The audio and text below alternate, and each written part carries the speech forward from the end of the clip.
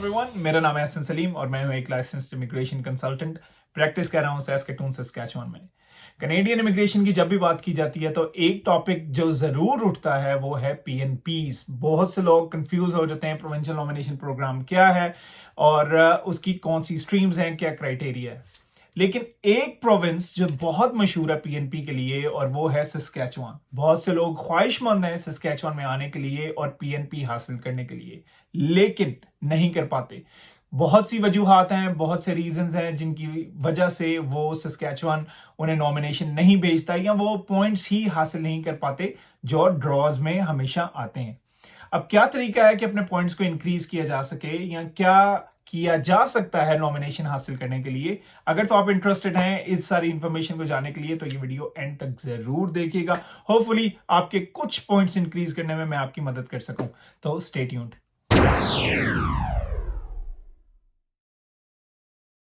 Welcome back. तो बात करते हैं SINP की, जिसका मतलब है सस्कैचुआन इमिग्रेशन नॉमिनेशन प्रोग्राम। और बहुत सी इसकी डिफरेंट स्ट्रीम्स हैं, लेकिन जिस पे हम फोकस करेंगे आज या जो टिप्स मैं आपको देने वाला हूं वो अप्लाई हो सकती हैं। वो है 3 कैटेगरीज के ऊपर, जिसमें शामिल है SINP EE जिसे SINP एक्सप्रेस एंट्री कहते हैं, SINP OID जिसे ऑक्यूपेशन इन डिमांड कहते हैं, और तीसरा SINP एम्प्लॉयमेंट ऑफर। अब पहली टिप जो मैं आपको देने वाला हूं वो बहुत इंपॉर्टेंट है और बहुत से लोग शायद नहीं जानते होंगे। तो टिप नंबर 1, इंग्लिश का स्कोर यानी कि आइल्स। अब SINP पे अप्लाई करते वक्त जो ऑक्यूपेशन इन डिमांड है वो CLB 4 भी एक्सेप्ट करता है, यानी कि लोएस्ट स्कोर ऑफ CLB 4 भी एक्सेप्ट कर सकते हैं। यानी कि उस स्कोर के साथ आप ऑक्यूपेशन इन डिमांड में अप्लाई कर सकते हैं। लेकिन अगर आप अपने पॉइंट्स इंक्रीज करना चाहते हैं, SINP EE हो या SINP OID, तो एम फॉर CLB 8 और हायर। CLB 9 आपने सुना होगा, जो एक आइडियल नंबर है एक्सप्रेस एंट्री के लिए, वो होता है 8777। यानी कि अगर आप लिसनिंग में 8 लेते हैं और बाकी तीनों मॉड्यूल्स में 7, तो वो आपको हाईएस्ट स्कोर देता है एक्सप्रेस एंट्री स्ट्रीम के अंदर। लेकिन सस्कैचुआन CLB 8 पे भी आपको हाईएस्ट स्कोर देता है आपके लैंग्वेज के। अब CLB 8 जो अगर हम ट्रांसलेट करें आइल्स की लैंग्वेज में, तो उसमें कन्वर्ट होकर बनता है 7.5 इन लिसनिंग और 6.5 इन ईच 3 मॉड्यूल्स, जैसे कि रीडिंग, राइटिंग और स्पीकिंग। अगर तो आप लिसनिंग में 7.5 ले सकते हैं, जो मोस्ट ऑफ द पीपल ले सकते हैं। अक्सर जो लोग फंसते हैं वो रीडिंग में होता है, तो उस पर थोड़ी सी फोकस करें, राइटिंग पे थोड़ा सा फोकस करें। लेकिन 6.5 लेना कोई ज्यादा मुश्किल चीज नहीं है। तो 7.5 लिसनिंग में, 6.5 बाकी तीनों में आपको CLB 8 देता है, जिससे आपको मैक्सिमम स्कोर मिलता है इंग्लिश लैंग्वेज में। टिप नंबर 2, सो बात करते हैं एक और तरीका जिससे आप पॉइंट्स इंक्रीज कर सकते हैं, वो है रिलेटिव्स के पॉइंट्स। अगर तो आपका कोई रिलेटिव सस्कैचुआन में रहता है तो वो तो आपके इजी 20 पॉइंट्स हैं। लेकिन बहुत से लोगों को ये मालूम नहीं कि सिर्फ रिलेटिव्स में आपके क्लोज सिबलिंग्स नहीं आते, क्योंकि बहुत से लोग समझते हैं आपका बहन या भाई होना यहाँ पर जरूरी है, जबकि ये इंपॉर्टेंट या मैंडेटोरी नहीं है। आपका कोई भी ब्लड रिलेशन जिसमें आपके पेरेंट्स, जिसमें आपका फर्स्ट कजन और आपके अंकल और आंट्स भी शामिल हैं। तो अगर आपका कोई रिलेटिव यहाँ पर मौजूद है जिसमें brother, sister, first cousins, uncle, aunt और इवन आपके इन लॉज के भी फैमिली मेंबर्स इंक्लूडेड हैं इन लॉज की तरफ से, तो वो भी आपको 20 पॉइंट्स दे सकते हैं। और अगर आपको 20 पॉइंट्स मिल जाते हैं और जब आप बाकी चीजें ऐड करते हैं जैसे कि आपकी एज, आपकी एजुकेशन, वर्क एक्सपीरियंस, तो 60 को क्रॉस करना बहुत आसान हो जाता है। इनफैक्ट आप इजीली 70 या 80 प्लस में लाई कर सकते हैं, depending on the other factors कि आपका स्कोर बाकी चीजों में क्या बन रहा है। तो अगेन, सिर्फ सिबलिंग्स इंक्लूडेड नहीं है, इसमें आपके बाकी रिलेटिव्स भी इंक्लूड होते हैं जो आपको हेल्प कर सकते हैं 20 पॉइंट्स लेने के लिए। नंबर 3, बात करते हैं एजुकेशन के बारे में। अब बहुत से लोग जब अप्लाई करते हैं तो पहली चीज जो आपको चाहिए होती है अदर देन आइल्स, वो होता है आपका एजुकेशन क्रेडेंशियल असेसमेंट। अब ECA क्या है? ECA ये है कि अगर आपने अपनी एजुकेशन किसी और कंट्री में ली है अदर देन कनाडा, तो आपको इक्विवेलेंसी दिखानी होती है कि आपकी एजुकेशन कनाडा की एजुकेशन के लिहाज से कितनी इक्विवेलेंट है, यानी कि उनका जो बैचलर्स है वो आपके बैचलर्स से कितना सिमिलर है और आपका मास्टर जो है वो यहाँ के मास्टर से कितना सिमिलर है। तो उसके लिए आपको करवाना पड़ता है अपना ECA। अब कनाडा ने आपको 4-5 ऑप्शंस दी हुई हैं जहां से आप अपना ECA करवा सकते हैं। मोस्ट ऑफ द टाइम्स लोग सेलेक्ट करते हैं WES को। मैं पर्सनली भी प्रेफर WES करता हूं, थोड़ा सा आसान है या ज्यादा अवेयरनेस है WES के बारे में, तो उसमें कोई बुराई नहीं। लेकिन आपके पास ऑलरेडी वर्क एक्सपीरियंस है, आपने अपनी एजुकेशन क्रेडेंशियल असेसमेंट करवानी है, आप वेस्ट से करवाते हैं, फॉर एग्जाम्पल आपने मास्टर्स किया हुआ है, आप वेस्ट से करवाते हैं और वेस्ट आपको करवा देता है, आपकी इक्विवेलेंसी दे देता है बैचलर्स, जो मोस्ट ऑफ द टाइम्स ऐसे होता है, स्पेशली देसी कंट्रीज में जैसे कि इंडिया, पाकिस्तान, बांग्लादेश, हमारे मास्टर्स को वो बैचलर्स के इक्विवेलेंट लेते हैं। नॉट इन एवरी केस, लेकिन काफी दफा मैंने ये देखा है वो इस तरह करते हैं और इसी तरह बैचलर्स को डिप्लोमा की इक्विवेलेंसी दे देते हैं। तो अगर ये आपके साथ होता है और आप स्ट्रगल कर रहे हैं 2-3 पॉइंट्स इंक्रीज करने के लिए, तो मैं एक सजेस्ट करूंगा कि आप 2 डिफरेंट इंस्टीट्यूट में से कोई एक और सिलेक्ट करें और उधर से भी अपनी एजुकेशन क्रेडेंशियल असेसमेंट करवा लें, जैसे कि ICAS, international credential assessment service of Canada, वहां से आप ट्राई कर सकते हैं अपनी असेसमेंट करवाने की, या कंपैरेटिव एजुकेशन सर्विसेज जो university of Toronto school of continuing studies भी प्रोवाइड करता है।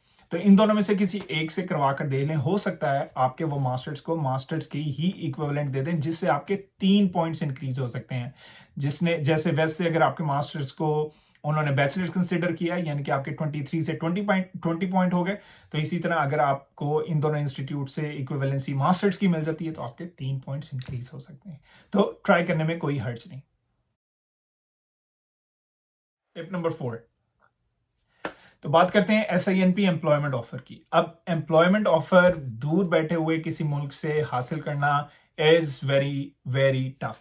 बहुत से लोग आपको उम्मीद देंगे आप अप्लाई करें हो जाएगा, और हो भी सकता है, अगेन मैं आपको डिस्करेज नहीं करना चाहता, लेकिन इट्स रियली टफ कि अगर आप किसी फॉरेन कंट्री में बैठकर जब कनाडा अप्लाई करते हैं और आपको जॉब अप्रूवल लेटर मिलना जो सस्कैचुअन की तरफ से होता है, वो इतना आसान नहीं होता। तो उसके लिए मैं आपको सजेस्ट करूंगा, reach out to your friends, reach out, अगर आपका कोई भी कनाडा में फ्रेंड है या सस्कैचुअन में कोई फ्रेंड है, कोई फैमिली मेंबर है दूर का, अगर वो फर्स्ट ब्लड रिलेशन नहीं है आपका उसके साथ, आप उनसे रीच आउट करें, टू रीच आउट ताकि वो आपके बिहाफ पर एम्प्लॉयर से मिल सकें, बातचीत कर सकें, आपका रेज्यूमे फॉरवर्ड कर सकें और आपको चांस दिलवा सकें कि आपका इंटरव्यू हो और आपको SINP एम्प्लॉयमेंट ऑफर दे दे कोई एम्प्लॉयर यहाँ पर, जिसकी बेस पर आप नॉमिनेशन के लिए अप्लाई कर सकते हैं। इसी तरह आप दूसरा एक और तरीका जो इस्तेमाल कर सकते हैं एम्प्लॉयमेंट ऑफर हासिल करने के लिए, रीच आउट टू एम्प्लॉयर्स।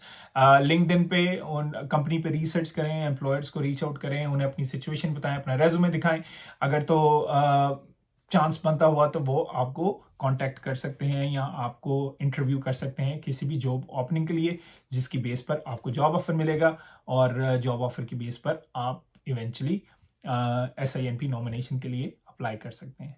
तो again reach out to your friends, family members, यानी कि डिस्टेंट रिलेटिव्स जो होते हैं, या लिंक्डइन पे किसी एम्प्लॉयर वगैरह से रब्ता करें, और सैस जॉब्स एक और वेबसाइट है जहां पर आप जाकर डायरेक्ट अप्लाई कर सकते हैं। अगेन एम्प्लॉयमेंट ऑफर लेना इतना आसान नहीं होता, लेकिन ट्राई जरूर किया जा सकता है। यू नेवर नो कब आपका चांस बन जाए या कब कोई एम्प्लॉयर आपके प्रोफाइल में इंटरेस्टेड हो और आपको हायर करना चाहे फ्रॉम अब्रॉड। तो ये था टिप नंबर 4।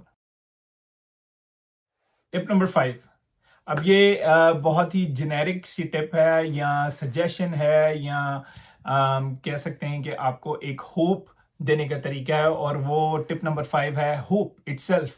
क्योंकि इस टिप के मुताबिक बहुत से लोग नाउमीद हो जाते हैं जब वो SINP का ड्रॉ देखते हैं, जैसे इस वक्त स्कोर चल रहा है 82, 84, 87 भी हमने देखा इन द पास्ट। तो इस तरह के स्कोर देखकर जब वो अपना स्कोर कंपेयर करते हैं, जैसे 61, 63, 65, वो टोटली होपलेस हो जाते हैं और वो कहते हैं हमें कोई ज़रूरत नहीं है कनाडा की इमिग्रेशन के लिए अप्लाई करने के लिए या सस्कैचुअन के लिए अप्लाई करने के लिए, ना ही हमें वेस्ट करवाने की ज़रूरत है यानी कि ECA, और ना ही हमें IELTS देने की ज़रूरत है क्योंकि हमारे पॉइंट्स इतने नहीं बनेंगे। मैं आपको याद दिलाता चलूँ, SINP की एंट्रेंस या आप प्रोफाइल बना सकते हैं या आप एलिजिबल होते हैं SINP के लिए अगर आपके पॉइंट्स 60 एंड अबव हैं। अगेन मैं आपको कोई गलत होप नहीं देना चाहता कि 60 पॉइंट्स कभी ड्रॉ में आ जाएंगे, 61 आ जाएंगे, यू नेवर नो, आ भी सकते हैं। लेकिन यही होप वाला पॉइंट का मकसद यही था कि अगर आप लाई करते हैं 60s या 70s में, डू नॉट गिव अप, अपना प्रोफाइल बनाएं, ट्राई करें अपना बेस्ट आइल्स का स्कोर लेने में और अपनी एजुकेशन क्रेडेंशियल असेसमेंट करवाएं और अपना एक प्रोफाइल SINP पे बनवा दें। अगर आप कॉन्फिडेंट नहीं है आप रीच आउट कर सकते हैं मेरे से या किसी भी एक लाइसेंस कंसल्टेंट से, ताकि वो आपकी हेल्प कर सके सारे प्रोसेस में और आपको बता सके या गाइड कर सके कि किस तरह इस प्रोसेस के लिए अप्लाई करना है। तो डोंट गिव अप, एटलीस्ट अपना प्रोफाइल बनाएं या किसी कंसल्टेंट के थ्रू, मेरे थ्रू अगर आप चाहें तो हम प्रोफाइल बना सकते हैं और वेट कर सकते हैं कि स्कोर ड्रॉप हो या you never know, Saskatchewan can surprise everyone और एकदम वो 64 65 पे ड्रॉ कर ले और जिससे बहुत से लोग सस्कैचुअन में आ सकें। क्योंकि अगर आपने मेरी पिछली वीडियो नहीं देखी तो उसमें मैंने आपको बताया था सस्कैचुअन ने रिसेंटली एक ऐलान किया जिसमें वो इमिग्रेशन की क्वांटिटी को इंक्रीज करना चाह रहे हैं सस्कैचुअन में, ना सिर्फ 2023 में बल्कि 2024 और 2025 में भी इंक्रीज ही होगी Canadian immigration in Saskatchewan, which is a good sign for all of the aspiring applicants कि आप अप्लाई करें, अपना प्रोफाइल बनाएं और क्या पता आप फ्यूचर के सस्कैचुआन रेजिडेंट हों और इवेंचुअली लीड करें अपनी PR और अपनी सिटीजनशिप ऑफ कनाडा के लिए। तो ये थी 5 टिप्स मेरी, होपफुली आपने कुछ लर्न किया होगा और कुछ सीखा होगा इस वीडियो से। Please please please the only thing I ask, subscribe to my YouTube channel और लाइक करें इस वीडियो को। और अगर आप मुझे फॉलो करते हैं इंस्टाग्राम पर दैट्स ग्रेट, अगर नहीं करते तो ज़रूर फॉलो भी करें मुझे इंस्टाग्राम पर और मुझे आप फॉलो भी कर सकते हैं फेसबुक के ऊपर भी। मैं अपनी कॉन्टैक्ट इन्फॉर्मेशन अपनी हमेशा हर वीडियो की डिस्क्रिप्शन में ज़रूर देता हूं और अगर आप पेड कंसल्टेशन लेना चाहते हैं तो reach out on my WhatsApp number, वो भी मैं यहाँ पर भी दे रहा हूँ और डिस्क्रिप्शन में भी मौजूद है। जहाँ पर भी हैं, जहाँ से भी आप मेरी वीडियो देख रहे हैं, खुश रहें, आबाद रहें, एक दूसरे के लिए अच्छा सोचें और उम्मीद करता हूँ आप मुझे फिर देखेंगे एक नई वीडियो के साथ। Have a good one.